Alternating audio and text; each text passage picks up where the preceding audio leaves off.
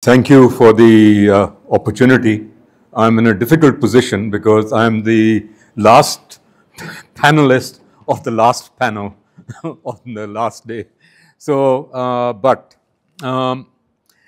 when you work with farmers, you have to understand, and I think it has been said today as well, and Mr. Bhandara yesterday also said it, it's all about economics. So the farmer, you need to understand that the farmer really is an entrepreneur. Every season, the farmer puts his or her money and resources at stake.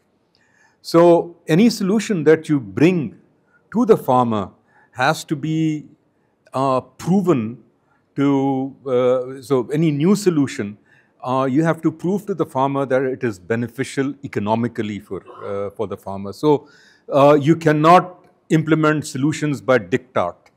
You have to work with farmers and perhaps over several seasons. To give you an example, we are currently engaged in a project funded by the US Department of Agriculture on it's called Fertilize Right. So the objective is to explore different types of fertilization methods and to explore the use of coated fertilizers, to explore biological fertilizers. And it's a 3.5-year project. It's not a one-season project. It's not a one-year project. So over the course of 3.5 years, the data will be collected. We'll work with farmers. We are working with farmers. And based on that, the recommendations will be made. Now, it's important to understand why fertilizer is so important in the climate scenario. In fact, I'll take a step back. I don't know how many people have seen a soil test report. It's the most useless piece of paper that, it's hard to read, hard to understand, and, it needs to be very clear for the farmer to understand, and it has to be very prescriptive, very simple and prescriptive. Now, these soil test reports, they take on the average 15 to 20 days for the farmer to get. That's too long. Farmers can't wait. 15 to 20 days, it is pathetic, especially in today's day and age where you have technological solutions which can do near real-time soil testing. But we persist with these antiquated labs.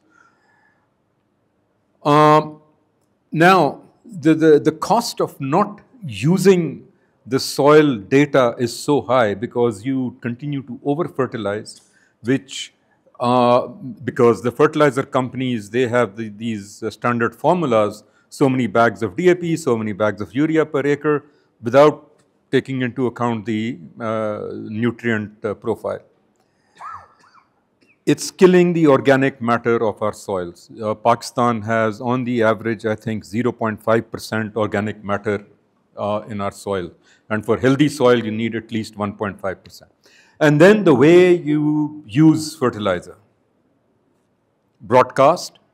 So nitrogen use efficiency in Pakistan is extremely low. Then you come to water. He's been talking about water. 95% of the freshwater withdrawal in Pakistan is used for agriculture, and we are the 8th most water-stressed country, and we are amongst the worst performers in terms of water use efficiency. So, there really is an emergency that we need to nudge farmers away from flood irrigation. And unfortunately, and I think General Saab alluded to this yesterday, the solarized tube well scheme is not doing the right thing. I think the investment should be in high efficiency irrigation systems. Similarly with pesticides. I mean, there's an overuse of pesticide. In fact, I recently read a paper where it mentioned in 2 decades, the pesticide use in Pakistan had gone up by 1100%. So you can imagine what we are eating. But coming back to one of the, technology, so market, while it's ripe for innovation, we are not providing the innovation. And what we forget, we all focus on the yield. We don't focus on post-harvest losses. Okay? In the fruits and vegetable sector, we have about 40 to 50% post-harvest loss. So it is not just the fruits and vegetables which are lost. It is the water which was used that is lost. It is the nitrogen that was used that was lost. And it is an opportunity which is also lost, because if they were of, if we didn't lose them, we'd be able to earn or export or whatever. In the grain and cereal sector, the losses are between 15 to 20%. It's a $5 billion kind of loss that is happening on an annual basis.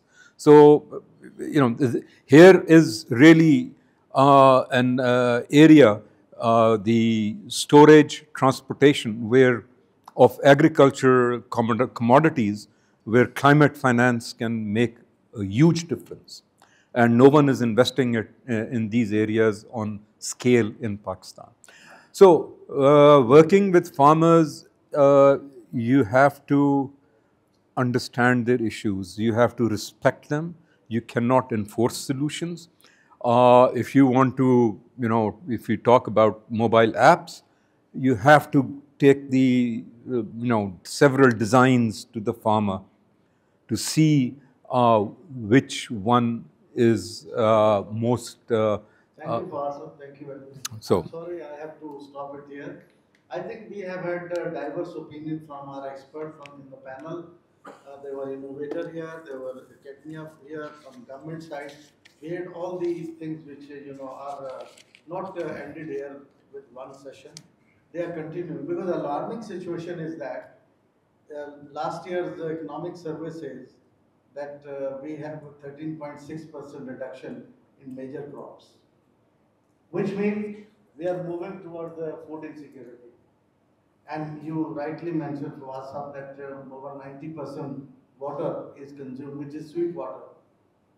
We are consuming it badly in our agriculture, and that too is not producing us the required food. So when there will be less food in your plates, less water in your glasses and your fields, then certainly situation will be alarming.